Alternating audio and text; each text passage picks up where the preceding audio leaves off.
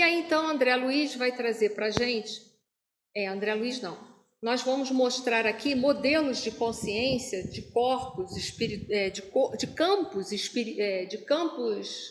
como é que se fala? Energéticos, que envolvem o ser espiritual, nós espíritos.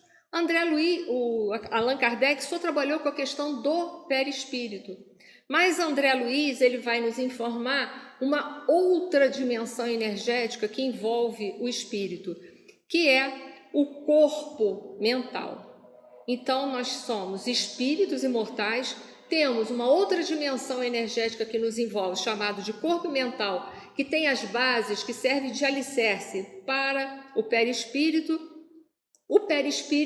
e quando nós estivermos encarnados, ou seja, na dimensão material, num corpo físico, nós ainda teremos o duplo etérico e o corpo físico, ok? Então, ele não está indo contra ao Kardec, ele está ampliando uma informação a mais que não se deu tempo.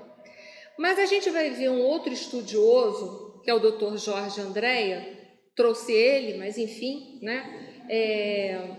Porque ele tem umas colocações bastante interessantes. O Dr. Jorge Andréa, por ser psiquiatra, ele vai dar um outro panorama para a gente, ele vai trazer outras dimensões energéticas que vão envolver a nós, espíritos imortais. Então, ao espírito propriamente dito, ele chamou essa zona energética de inconsciente puro. Depois ele vai colocar inconsciente passado ou arcaico, que a gente ainda vai ver aqui essa tarde, que é onde estão arquivadas todas as nossas informações de vidas passadas, o inconsciente atual, que é aquele que está se formando, que é aquele que nós estamos fazendo aqui e agora, tudo que a gente está aprendendo nessa atual existência.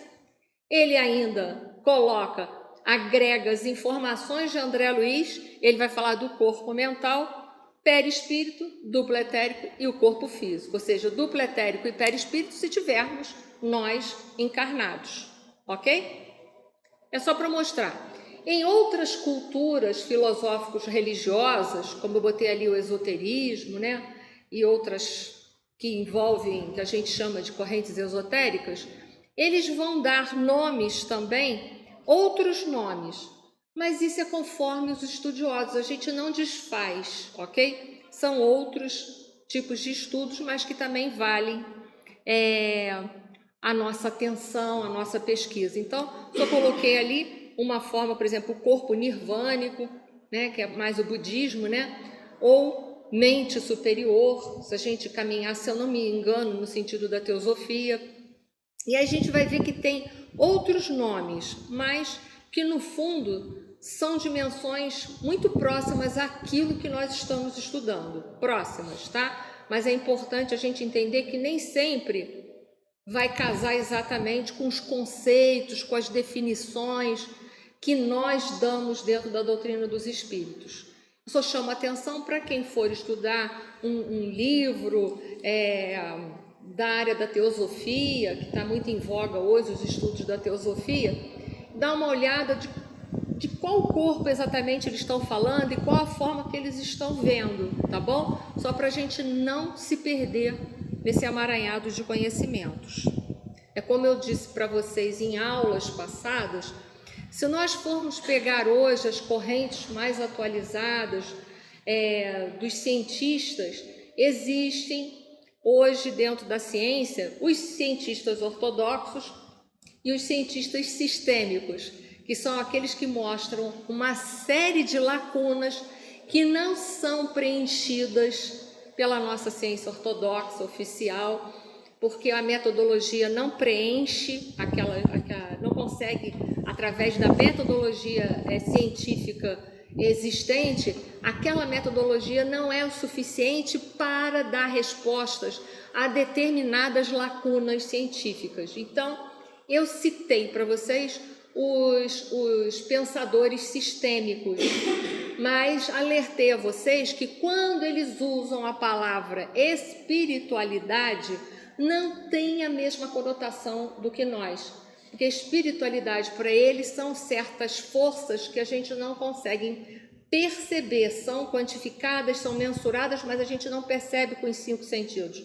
Como a ação da gravidade, eletromagnetismo, força nuclear forte, força nuclear fraca. Então, é o conjunto dessas forças que eles denominam espiritualidade. Então, existe uma certa diferença. Por isso que na hora que a gente vai estudar um outro livro, uma outra corrente filosófica, um outro campo, a gente precisa se inteirar se as palavras têm os mesmos significados que nós estamos emprestando ou dando às palavras, ok? Então vamos voltar lá. Dito isso, um contemporâneo de Kardec, chamado Gabriel Delany, num livro muito interessante chamado Evolução Anímica, ele lançou, né, uma hipótese de como será que se faria o registro de todas as nossas memórias e das nossas marcas em relação ao perispírito. Então, ele lançou uma hipótese, um mecanismo para tentar explicar como essas informações elas ficavam guardadas naquilo que se conhecia na época, que era o perispírito.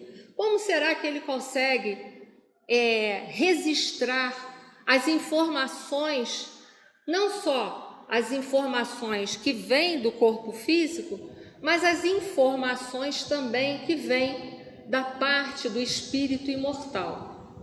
E aí o Gabriel Delany foi muito inteligente, ele utilizou-se de 2 grandezas da física para tentar mostrar para a gente como essas informações poderiam ficar registradas no perispírito, entendendo que perispírito, para nós espíritas, ele é derivado do fluido cósmico universal, que é a matéria que gerou toda a matéria do planeta, do universo, mas o perispírito, ele é matéria quintessenciada, ou matéria imponderável, ou seja, não é matéria que os instrumentos que nós temos na nossa dimensão possa quantificá-lo.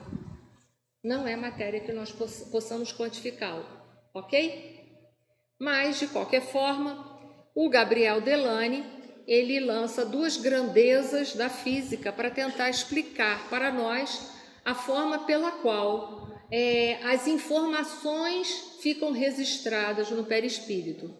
Uma é a intensidade e a outra a duração dessa informação, desse sentimento, ou seja lá do que for que nós estivermos aprendendo nesse instante.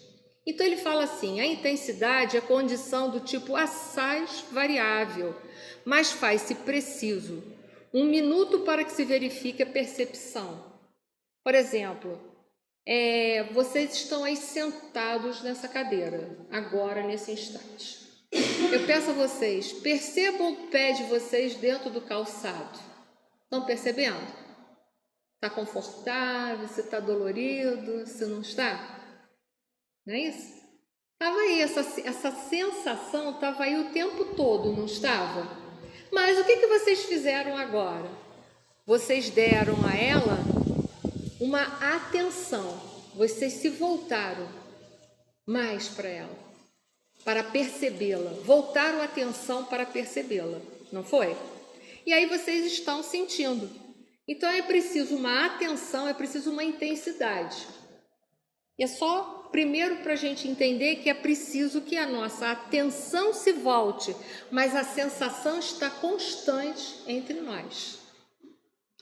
Agora vamos falar, porque ele falou de percepção. A percepção é quando eu tomo conta de uma sensação, foi o que eu falei agora para vocês. A sensação está presente, porém, vocês só perceberam a hora que eu chamei a atenção, porque vocês voltaram a atenção para o foco pé, um exemplo. Podia ter usado qualquer outra parte do corpo físico, ok?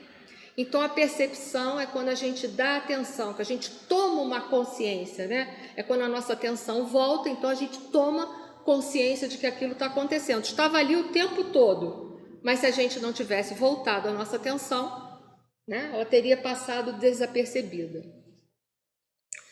Nós não ouvimos os sons muito brandos, nem temos sabores de somenos, é verdade. Por exemplo, existem alguns sons que os nossos ouvidos não podem captar, mas os do cachorro, por exemplo, eles escutam. Tanto que é incrível, às vezes, né, quem está em casa, às vezes, verifica, fala assim, poxa, Eni, você ainda não tinha chegado, o cachorro já foi para a porta, né? Porque eles têm uma percepção, uma audição, o sentido audição é maior. Então, enquanto nós estamos aqui encarnados, algo só vai nos marcar, só vai ser possível marcar o nosso perispírito se for algo que, através dos nossos sentidos, nós pudermos também perceber. Temos logrado, continua ele, meios de diminuir, graduar a intensidade, graças ao invento de aparelhos que nos aumentam os sentidos, quais o microscópio, que nos permitiu ver o mundo pequenininho, né? As células, por exemplo, os micro-organismos, e o telescópio, que nos permitiu ver os astros na sua imensidão e nas suas particularidades. O telefone, que nos aproximou à distância, que nos permite nos comunicar entre intercontinentes, né? Olha que interessante, etc. E mal sabe ele hoje que temos outras coisas. E por não guardar intensidade constante, que as percepções diminuem insensivelmente até não mais poderem ficar presente ao espírito, caindo assim abaixo dos domínios da consciência. Então só vamos poder gravar aquilo que nós formos capazes de perceber. Porém, quanto a esta intensidade também, podemos colocar ela num sentido, por exemplo, emocional. Imagina um grande trauma, é uma emoção com muita intensidade? Ela vai ficar marcada. Uma culpa de algo que eu fiz muito errado, guarda uma intensidade forte. Um remorso já vai depender da duração, porque o remorso é aquilo que você fica remoendo. Mas uma culpa, por exemplo, diante de um fato consumado, ele guarda uma certa intensidade. Então, no campo das emoções, nós temos algumas emoções, alguns sentimentos que, devido às suas intensidades, ficarão fortemente marcados dentro de nós. Então, eu mostrei um lado do físico, uma questão física, e o lado de uma questão emocional. Um outro ponto que não podemos esquecer, só um minutinho que eu vou fechar aqui, que tem muito vento. Um outro ponto que nós não podemos esquecer é o sexto sentido. Há quem tenha o sexto sentido muito aguçado. Vocês sabem o que é o sexto sentido? É a mediunidade. E aí essas informações também, essas captações de informações também ficarão arquivadas em nós, essas experiências. Vamos voltar para outra grandeza que Gabriel Delany colocou, a duração. Tempo necessário para que uma sensação seja percebida, ou, por outra, para que o espírito tome conhecimento dos movimentos perispirituais. Foi determinado há uma trintena de anos para as diversas percepções. Algo muito rápido nós não vamos captar. Não vamos captar. Ok? Nós não vamos captar. A minha visão não consegue perceber a velocidade da luz. É só um exagero, tá? Para a gente chegar lá. Não vai. Algo que passe extremamente rápido pela gente, nós não vamos perceber. Então é preciso uma certa duração. No campo das emoções agora, sobre a questão das durações, nós já demos uma dica, é o remorso, aquilo que você fica remoendo e que um dia, depois de tanto remoído, vira uma coisa que emocionalmente nós chamamos de mágoa. O que é mágoa? Marca, é uma marca, vai ficar lá marcado. Foi? Então, vamos dar um outro exemplo de durabilidade que marca o nosso perispírito. Um vício que eu tenho, não importa se físico ou se é um vício moral, mas um vício que repetidamente está presente no meu comportamento. Ele vai marcar? Vai marcar. Então, nós marcamos muitas coisas pela duração, porque nós repetimos padrões de comportamento. Por isso, a importância para alcançar a felicidade e a libertação dos ciclos reencarnatórios de dores, que a filosofia oriental chamou de samsara, e que está lá no Livro dos Espíritos, que diz como eu me liberto desse samsara, ou dos ciclos reencarnatórios de dor e alcanço a felicidade, que é a questão 919. Um sábio da antiguidade vou-lo disse. O que ele disse? Conhece-te a ti mesmo. É a forma da gente quebrar padrões. Quando Gabriel Delany colocou marcas e memórias, é preciso que se compreenda que são coisas distintas. Memórias diz respeito aos aprendizados que eu vou adquirindo ao longo das minhas existências. Ok? E as marcas? Marcas são coisas que precisam ser trabalhadas, porque não são as marcas do meu perispírito que serão projetadas no meu corpo físico e que poderão, portanto, surgir neste corpo físico doenças. Então, há diferenças entre as marcas e as memórias. Ok? Sim, Simone. É isso que eu ia te falar, essa memória, essa intensidade para o lado bom, né? Assim, da gente aprender. Por exemplo, eu sou uma das pessoas que costumo muito dizer isso.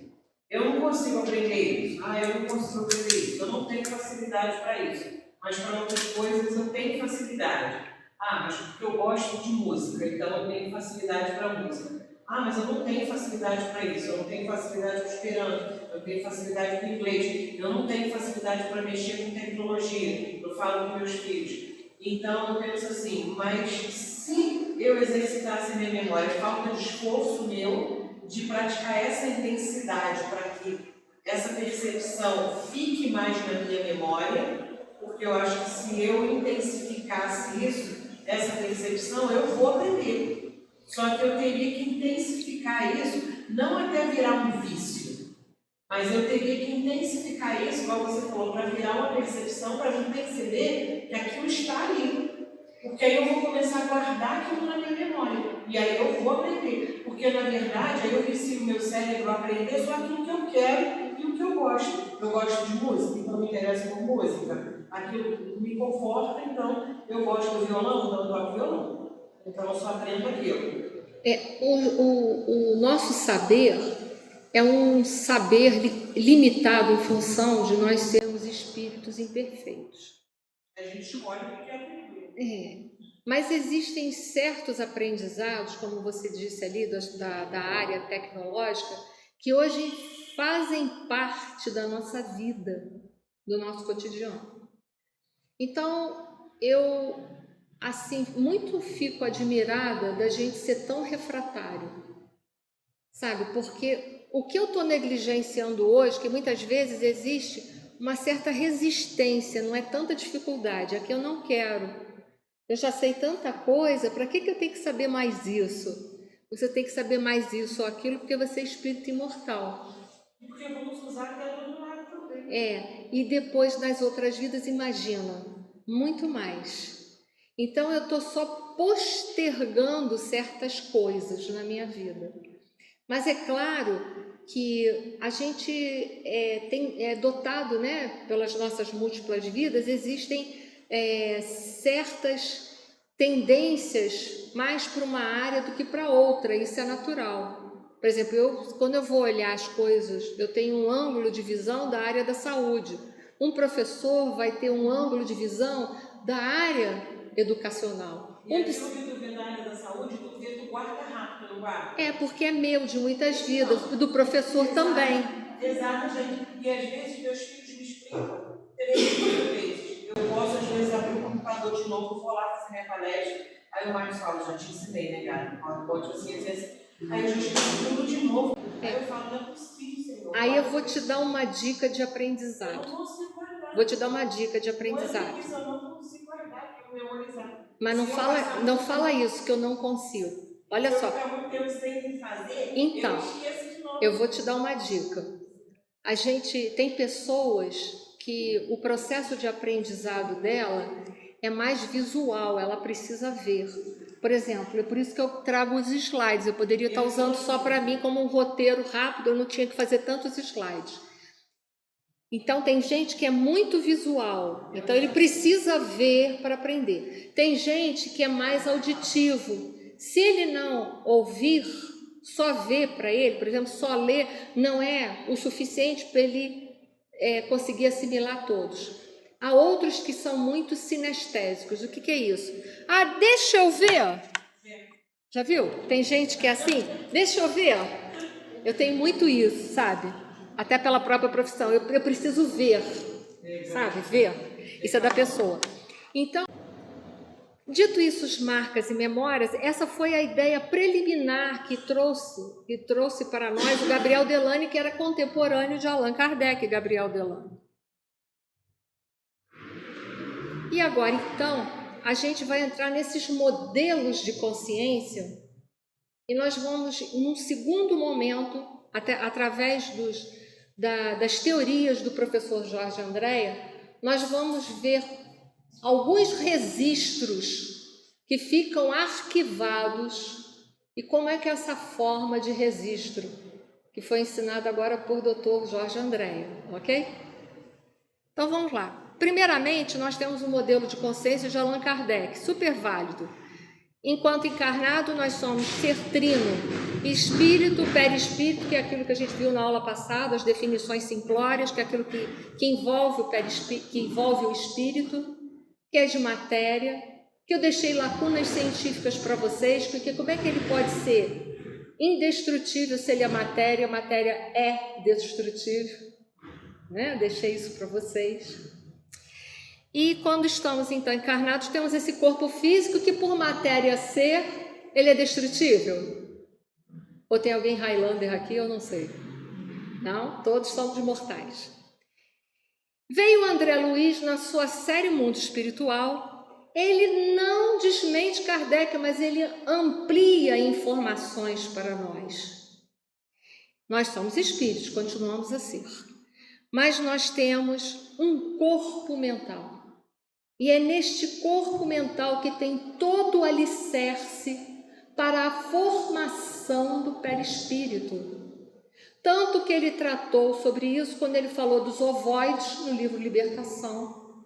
E ele falou desse corpo mental também neste slide que eu trouxe para vocês do livro Nosso Lar, quando ele deixa o perispírito dele e parte com o corpo ou campo mental para esferas superiores. Então, me fizeram uma pergunta na outra aula, se a gente perde o perispírito. Se nós continuarmos a conceituar o mundo como um mundo dualista, cuja lacuna científica foi deixada nas questões 27 e 28, se eu não me engano, 28 nota do Livro dos Espíritos por Kardec, que ele diz que se existem duas coisas tem que ter algo intermediário, e se existe só uma ele desconhece, mas ele mostrou, ele falou ali cientificamente, filosoficamente, sobre a questão da existência do monismo esse que nós já conversamos em outras aulas e que mostramos, que Emmanuel falou sobre. Se nós conceituarmos o mundo de uma forma dualística, jamais perderemos o nosso perispírito. Se nós conceituarmos o mundo, a construção do universo, com todas aquelas lacunas científicas deixadas por Kardec, preenchidas por Emmanuel e André Luiz, do monismo, nós veremos que, em parte, sim, o perispírito se vai e nós ficaremos com o corpo mental. Quando tivermos mais evoluídos, perderemos o corpo mental e ficaremos com outros, ok? Aí fica à mercê de vocês o que vocês querem aceitar e viver. Eu estou aqui para mostrar as coisas. Aceitar é uma questão de cada um, tá? Por isso que eu trouxe nas outras aulas fonte bibliográfica, porque dizer que fulano disse é muito fácil, mostrar onde está escrito é que é mais difícil.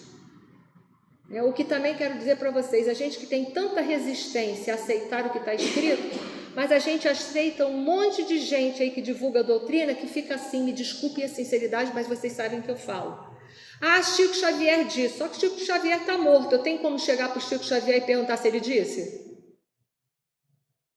Então cuidado com esse povo que fica dizendo que tudo Chico Xavier disse. Chico Xavier não está aqui, eu acho uma falta de respeito isso, muito grande, né? Fiquem com aquilo que está escrito ou documentado pelo próprio Chico Xavier, lá no Pinga Fogo, quando ele deu reportagens que foram realmente escritas em jornais e revistas, estão lá naquela época que era dele, que ele podia ter dito, eu disse ou eu não disse, não foi? E não lugares que não tem lugar nenhum escrito e que se tudo diz que Chico Xavier disse, não tem validade científica nenhuma. Desculpem a sinceridade, mas o que eu estou mostrando para vocês está escrito. Então vamos seguir. Bom, aí veio o Dr. Jorge Andréa e ele deu um outro panorama. É claro que ele puxou mais a brasa para a sardinha dele, óbvio, né? Porque ele era psiquiatra, não poderia ter feito melhor nessa área do que falar sobre os inconscientes do que um psiquiatra. Não poderia ser de outra forma. Então, ele chamou de inconsciente puro o que somos nós espíritos, é uma zona inacessível, diz ele. Pelo menos por hora, ele coloca assim. Ele é tão inteligente, aquele homem, já morreu, né? Morreu com 100 anos. Ele é tão inteligente que ele é muito simples, né? Quem conheceu ele sabia que ele era de uma simplicidade muito grande. Então, inconsciente puro. Mas ele falou do inconsciente passado arcaico, que é uma outra dimensão energética que envolve o espírito imortal. E lá também, nessa zona espiritual, ficam registrados todas as nossas bagagens de múltiplas vidas, que daqui a pouco ele vai explicar como. Mas ele diz, lá tem tudo das suas reencarnações. Temos ainda o inconsciente atual, formado a cada dia, o corpo mental, ele avaliza André Luiz, o perispírito, duplo etérico, corpo físico. Foi? O André Luiz também acrescentou o duplo etérico, mas ele acrescentou o duplo etérico porque esta informação, não sei se vocês sabem, mas estão em outras culturas também, como a teosofia, como o budismo, né, quando fala. Existem outras culturas. Lenir, por que você está falando de outras culturas? A gente não busca a universalidade dos fatos? Ué? Né? Se eu souber responder, pode. Mas pode fazer. O que? O duplo etérico? Eu vou falar para você. Mas o duplo etérico é um corpo que a gente só tem quando está encarnado. Ao desencarnar, ele, como é um corpo encharcado de fluido vital, ele vai perecer. Ele vai voltar à fonte universal de novo. Depois eu ouvi falar que ele segura muito essa força, né? Se eu fosse um duplo etérico, essa coisa, ele tinha mais força, né? Sim, essas zonas energéticas, conforme você está falando, são zonas para fazerem adaptações energéticas entre o espírito e a matéria. O espírito, pela sua sutileza tão grande, ele precisa de vários corpos, como a gente está vendo aqui, para poder se manifestar na matéria. E, ao mesmo tempo, como o espírito tem um potencial energético, digamos assim, né, que eu não saberia dizer outra palavra, tão grande, ele precisa desses vários corpos para fazer adaptações energéticas. Porque equivaleria eu pegar a minha televisão, como se fosse meu corpo, e eu ligar lá na usina direto, naquela voltagem direta. O que ia acontecer com a televisão? Pulverizar. Tá? Mas é isso. Então vamos lá. Esses foram os modelos de consciência preconizados por Dr. Jorge Andréa, que a gente já viu ali, né, que vão envolver o espírito, que ele chama de zona do inconsciente puro. E ele então vai dar para a gente, vai informar para a gente que essas camadas energéticas ou dimensões energéticas, né, Ele diz que quanto mais para o interior do ser, do espírito, do eu maior, com letra maiúscula, né, ou essa zona do inconsciente puro, mais quintessenciada, mais sutil é. Mais sutil é. E quanto mais para a periferia, mais denso, mais materializado é. Ok? É claro que eu não preciso dizer que só por essa informação é bem claro que o Dr. Jorge André é monista, né? Porque ele está falando de matéria e energia, que é a mesma coisa. Eu não preciso falar sobre isso. Mas ele era, porque eu já assisti, a não ser que não é válido que ele não está aqui, né? Mas eu vou dizer para vocês, eu tive com ele e eu sei que ele é monista. Eu não sei se tem algum lugar que ele deixa escrito isso em algum lugar, mas eu me lembro que ele declara ser monista. E ele fala assim, essas variações dimensionais, né, ou essas camadas energéticas entre o espírito e a matéria, têm por finalidade servir, olha aí, Sônia, sua pergunta, de filtros ou adaptadores de energias, para que as células físicas possam suportar o conteúdo energético da energética espiritual que lhe dirige o processamento. Então, imagina a minha célula, né, porque isso aqui é um amontoado de células, esse corpo físico. Se viesse essa energia direto do espírito para essa célula, pulverizava. Então, é preciso uma adaptação para chegar até aqui, para essa dimensão tão material nossa.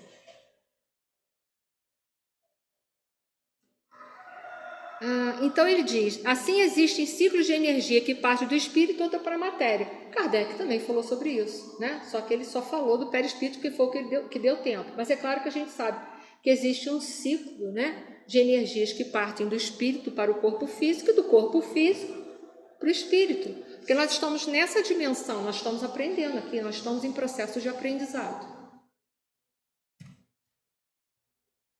O inconsciente puro, para ele, é um ponto de partida das energias diretivas do espírito. Zona do eu verdadeiro, botei eu com letra maiúscula, porque eu com letra minúscula, o eu menor, não o eu maior, o eu minúsculo é essa consciência que nós temos aqui, que é chamada de egóica, que é estudado muito nas séries psicológicas da Joana de Ângeles, que fala que a nossa consciência é egóica, ela explica, e toda a série dela é embasada para nos libertar da consciência egóica. Porque é uma consciência dualista. Olha que interessante.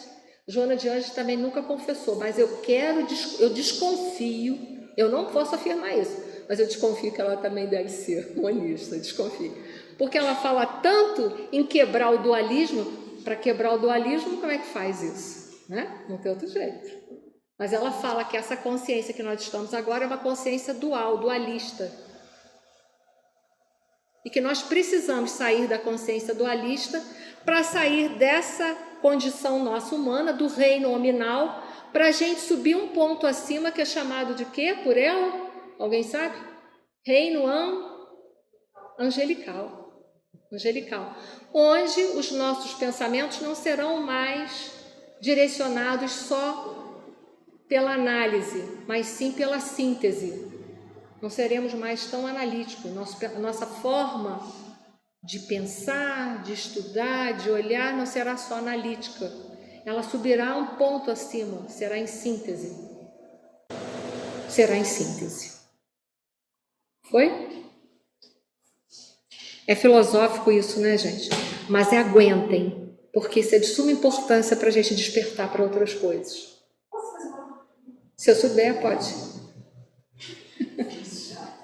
Você sabe essa consciência dualista? Essa coisa de...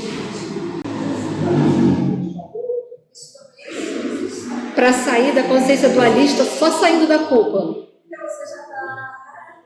Você tem que dar tudo certo. A culpa te leva à ambivalência. Enquanto você estiver na ambivalência, você não vai chegar até lá. É preciso sanar a culpa. Como se sana a culpa? Um sábio da antiguidade, Volo disse, conhece-te a ti mesmo. A filosofia socrática trabalha com síntese também. A dialética platônica, que é composta da tese, antítese para chegar à síntese. Todo o processo para chegar à síntese parte desse princípio. Por isso que não se anula o processo de análise. Você continua, o patamar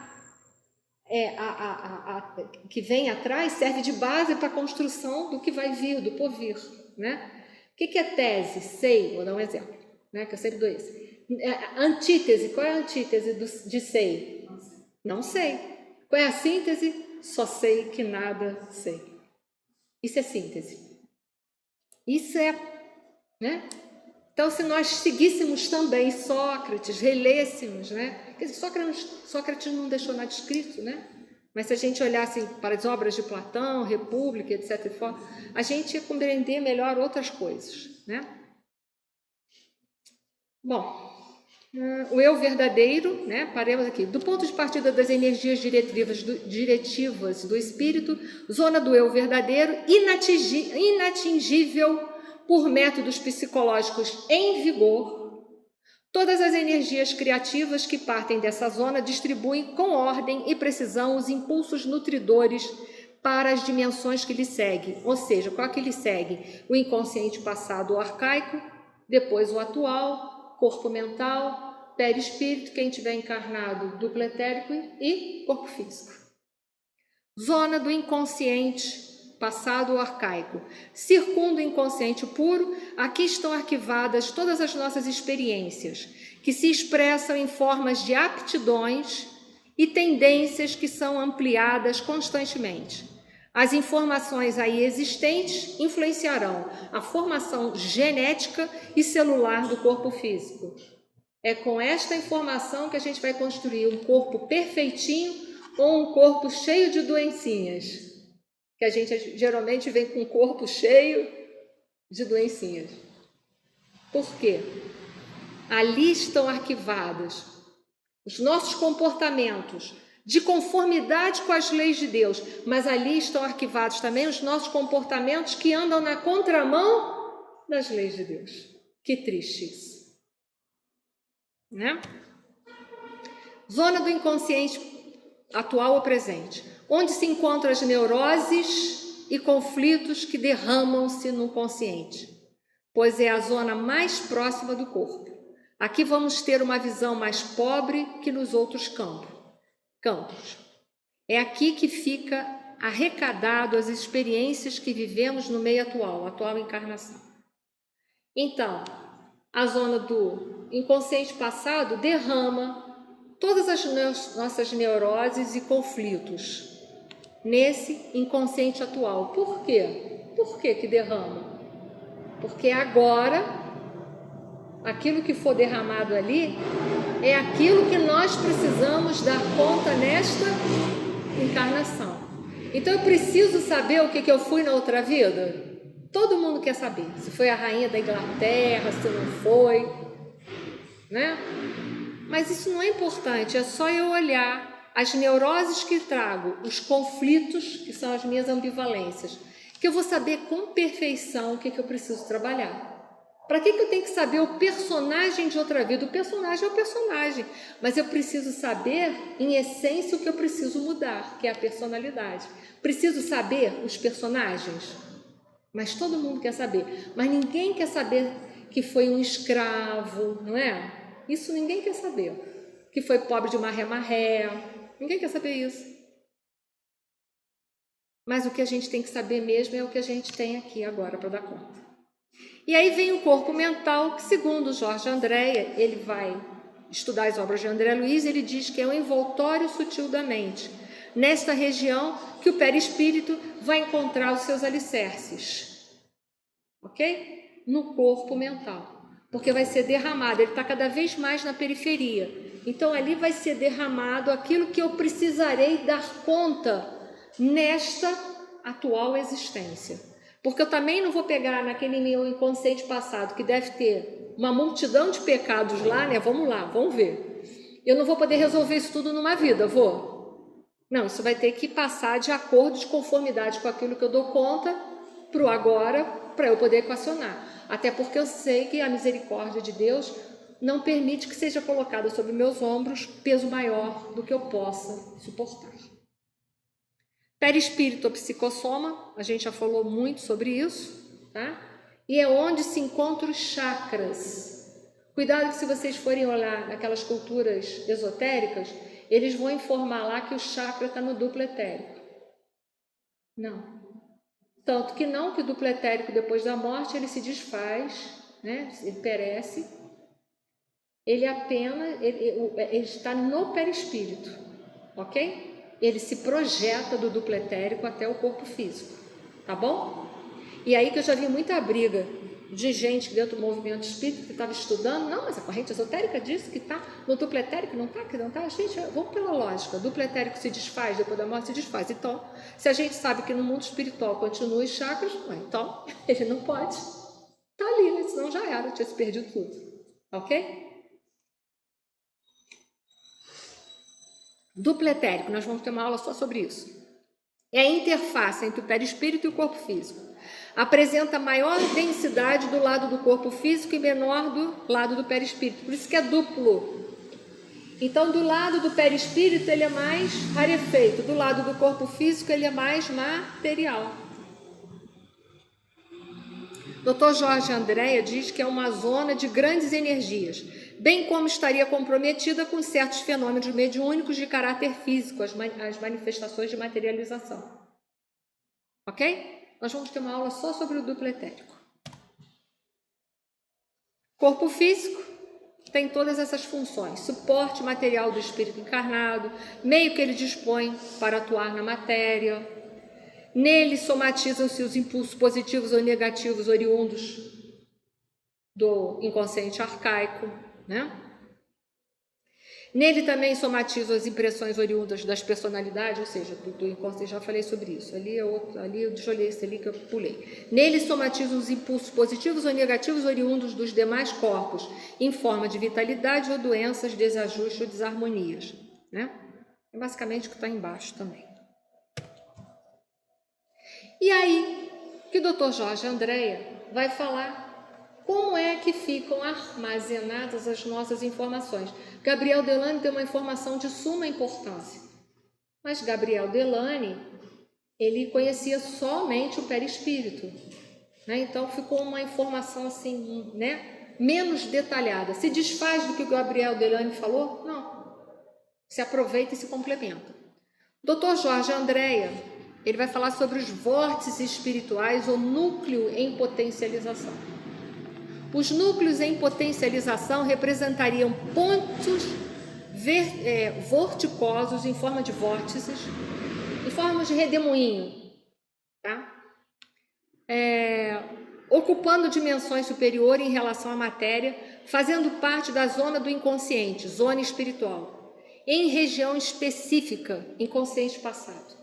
Então ele diz que de forma energética, magnética, esses campos em forma de vórtice ficam arquivados no inconsciente passado. Lembra que tem inconsciente passado, inconsciente atual, corpo mental. Quer que eu volte? Não, tem ali, né, esquematizado para eu lembrar vocês.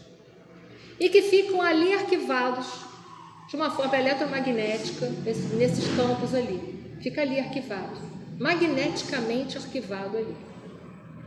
Mas ele vai falar um pouquinho mais. O que seriam esses vórtices espirituais ou núcleos de potencialização? Seriam unidades de psique, né? De variáveis potencialidades em virtude dos graus evolutivos em que se encontram. Vou explicar. Os núcleos em potencialização, embora representando elementos próprios ou fontes de energias específicas, encontram-se globalizados na emissão de energias, definindo a tônica vibratória de cada ser. Seria um grande reservatório de muitas memórias, perdidas no tempo imensurável, de formação, caminhando sempre em busca de constantes aperfeiçoamentos. Então, lá no inconsciente passado, esses vórtices espirituais ou núcleos em potencializações que ficam lá magneticamente registrados, eles têm potenciais de energias diferentes. Os mais materializados, que representam os nossos erros, eles ficam mais na periferia, ou seja, mais próximo ao inconsciente atual, mais próximo da nossa zona aqui periférica, do corpo físico e tudo mais. Por quê? Por que eles estariam mais nessa periferia, mais próximo do inconsciente atual? Para ser resolvido. É aí que eles vão ser derramados em formas de conflitos e neuroses no nosso corpo mental do perispírito para nós. É ali que eles vão ser externados. Por quê? Por eles serem mais materiais, eles trazem mais afinidade com o quê? Com o mundo material. E, portanto, eles precisam ser resolvidos. Sendo resolvidos, eles vão ser transmutados, transformados e transmutados. De energia, transformados. De vícios para virtudes. De potencial energético negativo para positivo. Então ele dá uma informação a mais para a gente, mostrando que esses vórtices ou núcleos em potencialização, eles vão caminhando para a periferia à medida em que a gente se espiritualiza. Por quê? Porque a zona do inconsciente puro, digamos assim, só para a gente entender, tá? Ela vai se dilatar mais e vai empurrar o que é ruim para onde? Digamos, é para a gente entender, né? Só para a gente fazer um paralelo de como isso funcionaria, né? Eles vão sendo empurrados para a periferia para serem equacionados à medida que a gente evolui. Então, na medida que a gente suporta. Olha, tudo feito de acordo com as leis de Deus. Por isso que o corpo é um grande depurador. O corpo é um grande depurador. Ele vai absorver todas as nossas má tendências e má comportamentos. Ele vai sair aqui na periferia em formas de conflitos psicológicos, em formas de doenças mentais ou em formas de doenças físicas e espirituais. Mas na medida em que vamos dar conta, nem mais e nem menos. Então aquele negócio, eu estou sofrendo tanto, que tanto? Tira o superlativo, que tanto? Deus não te bota nem tanto nem menos. As leis de Deus são corretas. Você está passando aquilo que você dá conta. Dá conta. Mas quando a gente está doente, o que a gente quer? Pular fora, não é assim? Deus me livre, eu não quero ficar doente. Oi? Ele apenas, o Jorge Andréia vai dar para nós uma dimensão mais científica e mais ampla para a gente entender, só isso. Estou só aproveitando o que ele trouxe. Então, à medida em que a gente vai se purificando, o que não é puro vai sendo jogado o quê? Para a periferia. Por isso que no Evangelho, no capítulo 5, Bem-aventurados os aflitos, vai falar feliz daquele que está passando por sofrimento. A gente fala assim, parece apologia ao sofrimento, mas não é. Feliz daquele que está podendo, porque ele está em condição e ele vai o quê? Se purificar. E a gente, quando Deus dá a oportunidade para a gente se purificar, a gente reclama, a gente faz uma lista que é um pergaminho quilométrico que dá a volta ao mundo, não é? A gente não se conforma. E aí está perdendo a oportunidade. Eu já fui medicinando que lá, quando você ficava doente, sempre era para essa purificação. Era o quê? Era visto como purificação. Exatamente.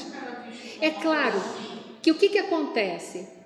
A gente, dentro da doutrina, tem subsídios para entender que vai significar purificação se houver aceitação e resignação. Aceito a dor e tenho a resignação, que é dar um novo sentido e nova direção àquelas emoções, àquele proceder. Aí sim vai. Porque quando Jesus disse, bem-aventurados os que choram, que serão consolados, tudo bem, todos os que choram serão consolados, mas nem todos serão bem-aventurados. Por que nem todos? Porque tem muita gente sofrendo, mas repetindo o erro. Né? Tem essa Essa ligeira diferença, né? Parece pouco significativa, mas é muito. Onde que eu parei aqui? Já falei tudo? Já, né? Então vamos lá, os núcleos em potencialização. Que importância teria? Todas as atividades da psique estariam na dependência das informações destes campos do inconsciente. No caso, o inconsciente passado, porque é lá que ele fica. E é lá que vai regulando a saída daquilo que é negativo. Não sai de uma vez só. É de acordo com o que a gente está se purificando. De acordo com que a gente vai evoluindo, então a gente vai tendo bagagem para poder corrigir. No caso, distribuição. As fontes mais próximas da periferia, fazendo limite com o inconsciente atual, seriam os campos de energias mais condensadas, mais afinizadas com a matéria. Então, ficam ali arquivadas. E aquelas que saem mesmo dali e vão para o atual, é aquelas que a gente tem que trabalhar. Não tem salvação, tá? As fontes energéticas mais internas, fazendo limite com o inconsciente puro, seriam de energias mais quintessenciadas, mais evoluídas, de modo a incentivarem e mesmo orientarem os campos mais externos. Claro, porque é a virtude que deve conduzir os vícios, né? E não ao contrário. Porque quando são os vícios que estão tentando passar a perna no que é bom, é quando a gente ainda está subjugado. Né? E aí não prevalece. E aí nessa foto aí, ele vai dar um eu vou deixar isso lá na apostila para vocês, ele vai dar um esquema que essas zonas, elas são verdadeiros adaptadores de energias para que as informações que estão nesses inconscientes possam passar por todos esses campos energéticos que a gente citou ali agora, e possam chegar até onde? O DNA da célula, porque não é lá que vai decidir o que nós vamos apresentar de patologias, de disfunções durante a nossa encarnação aqui presente, né? Os núcleos em potencialização da zona do inconsciente passado refletindo nas telas cromossômicas, ok? Então vai mexer com toda essa dinâmica aí. Na hora da formação do corpo, vai determinar o que precisamos. E depois, o momento exato em que as patologias irão deflagrar durante a nossa vida. Porque nós temos patologias que ou já nascemos ou depois vão se apresentando ao longo da nossa vida, não é assim? Tem umas que a gente já nasce com elas. Já nasce marcado, eu digo assim, ali está a marca. O sujeito já está em expiação. Mas depois tem aquelas que vão se apresentando em outras etapas da nossa vida. Não é assim? Aí ele vai explicar, ele dá lá as teorias dele, que um dia, claro, vão ter teorias muito melhores do que a dele, mas ele foi bem atrevido e acho que ele foi bem feliz em muitas coisas. Foi? Bom, essas perguntas eu deixei nos slides para vocês. Isso aqui foi de um seminário que eu fiz aqui na casa, tem lá no site do Oswaldo Cruz. As pessoas me fizeram essas perguntas que estão aí, tá? E aí eu fui dando respostas, mas estão todas aí as respostas para vocês, tá? E se vocês quiserem ver, é só acionar o canal do YouTube do Grupo da Fraternidade Espírita Oswaldo Cruz, tem lá um seminário que eu fiz sobre perispírito. Então, houve perguntas feitas na hora, perguntas que deixaram para mim anteriormente feitas, enfim. E lá eu vou respondendo as perguntas que foram feitas, tá? Até o presente momento, vocês têm perguntas? Têm dúvidas? Não? Querem que eu passe as perguntas ou vocês querem que a aula termine? Para mim, pode falar. Pensando sobre essa questão da psicossomática e do psicofoma, né? Esse vórtex, né? Poderia voltar uma imagem para mim, no 2? Posso. Sobre usar a palavra vórtex, né? Esse núcleo de vórtices, potencialização. ou núcleo de potencialização. No meu perispírito há uma determinada marca, em que num processo de reencarnação essa marca será de uma certa é como se ela fosse transportada para o corpo físico. Foi projetado. Exatamente. Né? E dentro dessa projeção, esses vórtices é que vão fazer com que determinadas doenças aconteçam ou não. É mais fácil você entender quando é uma lesão física, né? Mas pensando num potencial câncer, uma fragilidade muito grande de um órgão, né? Não fibromialgia então, mas nesses potenciais que podem surgir de uma hora para outra, seriam esses vórtices que têm essa origem, né? Ela é também associada ao perispírito. Não é só uma intensidade. Elas já estão lá feitas. Elas já estão lá marcadas, entenda? A intensidade e duração, que era a teoria do Gabriel Delany, era como se fazia as marcas e as memórias. Então, isso já está lá. Opa, sem querer, apertei aqui. Isso já está lá, não é isso? Isso já está lá marcado. Só que Gabriel Delany falou sobre o perispírito. Dr. Jorge Andréa foi mais longe. Ele falou de outros campos que ficam arquivados muito mais profundos, que ficam arquivados todas as nossas informações, não só biológicas, mas de suma importância, que são as nossas... Essa intensidade psi, né? Essa energia mais psi, né? São as nossas informações intelectuais, as nossas informações espirituais, as nossas informações emocionais, todas elas estão aí, nesses campos, desses inconscientes. Precisamente aonde? No inconsciente passado. Então, numa determinada existência, se eu adquirir um trauma, vamos colocar assim, um trauma emocional muito grande, que me gerou fobia de altura, vamos supor, eu morri, sei lá, caí de um penhasco, fui atirada e ficou gravado em forma de fobia de altura. Eu não posso chegar perto de nada, porque só de pensar eu já estou me sentindo mal. Não é isso? Fobia. Isso tudo está gravado aonde? No inconsciente passado, que vai sair aqui na periferia, não em forma de lembrança de que alguém me jogou de um penhasco, mas em forma de fobia de altura. Eu morri num calabouço.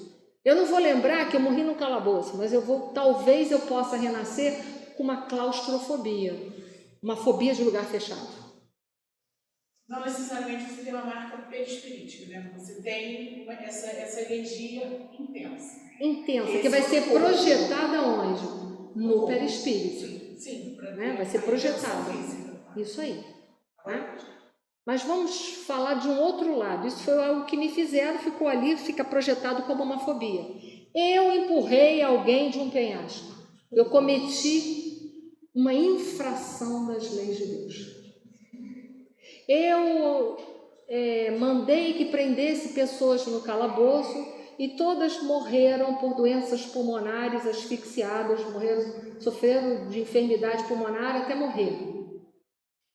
Aí, olha só, eu não só trago a claustrofobia, mas eu posso trazer também, sabe o quê? Principalmente, não a claustro, porque não foi minha forma de morte, eu não vou trazer a claustrofobia, certo? Eu não morri assim.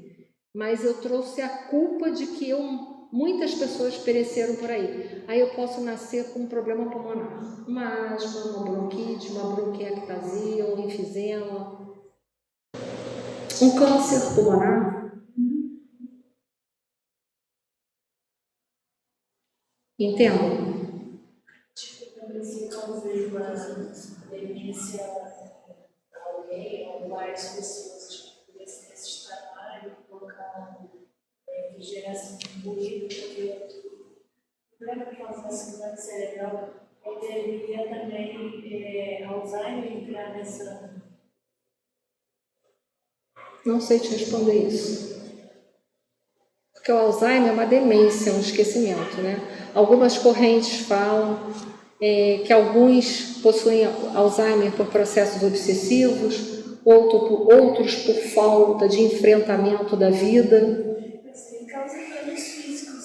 Sim. Musculatura também. Sim. Que vão causando sofrimento para o doente, para. Mas aí são as sequelas, né? Você demencia e aí as funções neuronais, motoras, a cognitiva é a primeira a ser afetada, e depois ela vai afetar outras partes cerebrais que vão lhe privar de movimentos, e etc, etc e tal. Podem estar vinculados ao passado? Pode. Mas exatamente de que forma, não saberia te responder exatamente de que maneira, tá? Mas com certeza, porque é doença. Tá? Mas existe assim, as questões de vidas passadas, de comportamento. Alguns dizem que é falta de enfrentamento da atual existência, né? Outros dizem que podem ser processos obsessivos. Mas no caso de obsessivo, comportamental, né? Em enfrentamentos de doenças, tem um livro da Joana de Anjos chamado Conflitos Existenciais. Você vai, Simone, poderia me corrigir até. A gente vai ver que quando a gente pega um livro de conflitos existenciais da Joana de Anjos, que ela fala sobre algumas distonias, né, fobias e etc e tal, a gente vai ver que a psicogênese, ou seja, a gênese dessas doenças, é assim, em resumo, no cerne, no âmago, na essência, estão relacionados à falta de enfrentamento. Eu estou errado? Né? Então, aquele caso, podemos negligenciar, empurrar a falta de enfrentamento para frente. Podemos? Podemos. Temos o livre-arbítrio para tal. Mas o que eu não resolver hoje, terei que resolver um dia. Essa falta de enfrentamento não pode ter sido o pretérito ou agora. Que se potencializou agora. Que repetiu agora. Porque entendam, desses núcleos em potencialização, muitas coisas a gente vem com potencial de vir a ser, mas não significa que vai ter. Tá? Esse é um outro assunto até. Ela me perguntou, e os cânceres? Pode ser que se eu tivesse um comportamento diferenciado, eu não viesse a morrer com aquele câncer. Potencial, né? Núcleos em potenciais. Né? Em potenciação. Isso que é potencial. É um potencial, né? Potenciação, né? Tem um potencial de vir a ser. Entendam, se muitos deles nós poderíamos reverter se houvesse uma mudança de comportamento. Câncer, por exemplo. O câncer está muito ligado a pessoas muito individualistas, em muitos momentos. A pessoas muito individualistas. O que é um câncer? É uma célula que estava lá, vamos supor, ela é pulmão, tá bom? Ela é célula pulmão. Ela olha assim e fala assim, fala sério, quero mais ser pulmão não, vou ser outra coisa. E ela se diferencia. É isso aí.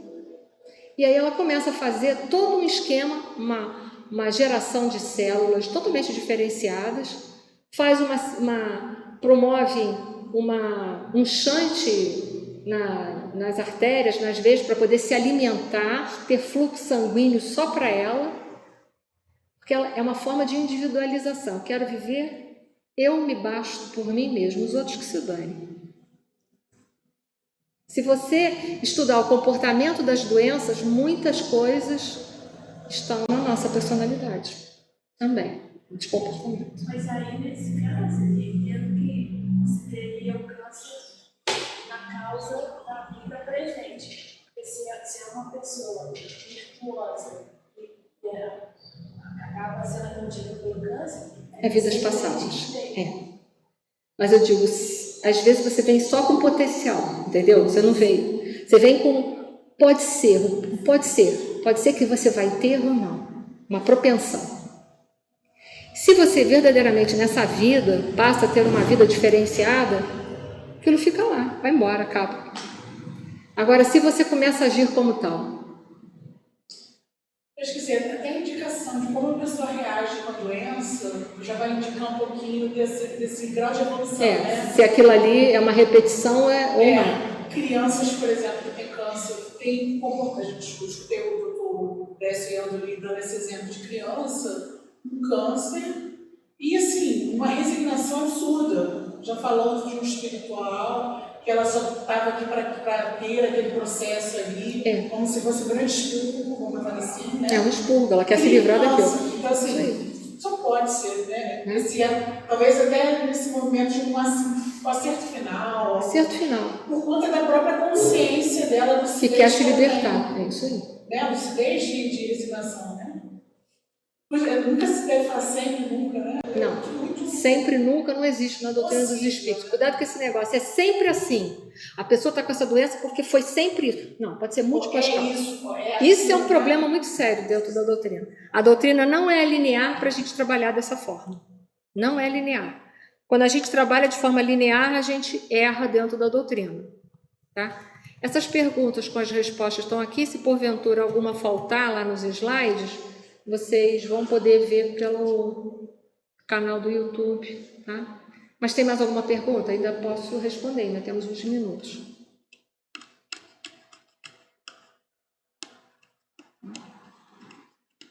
Nós somos herdeiros de nós mesmos, aceitando isso ou não. Tá?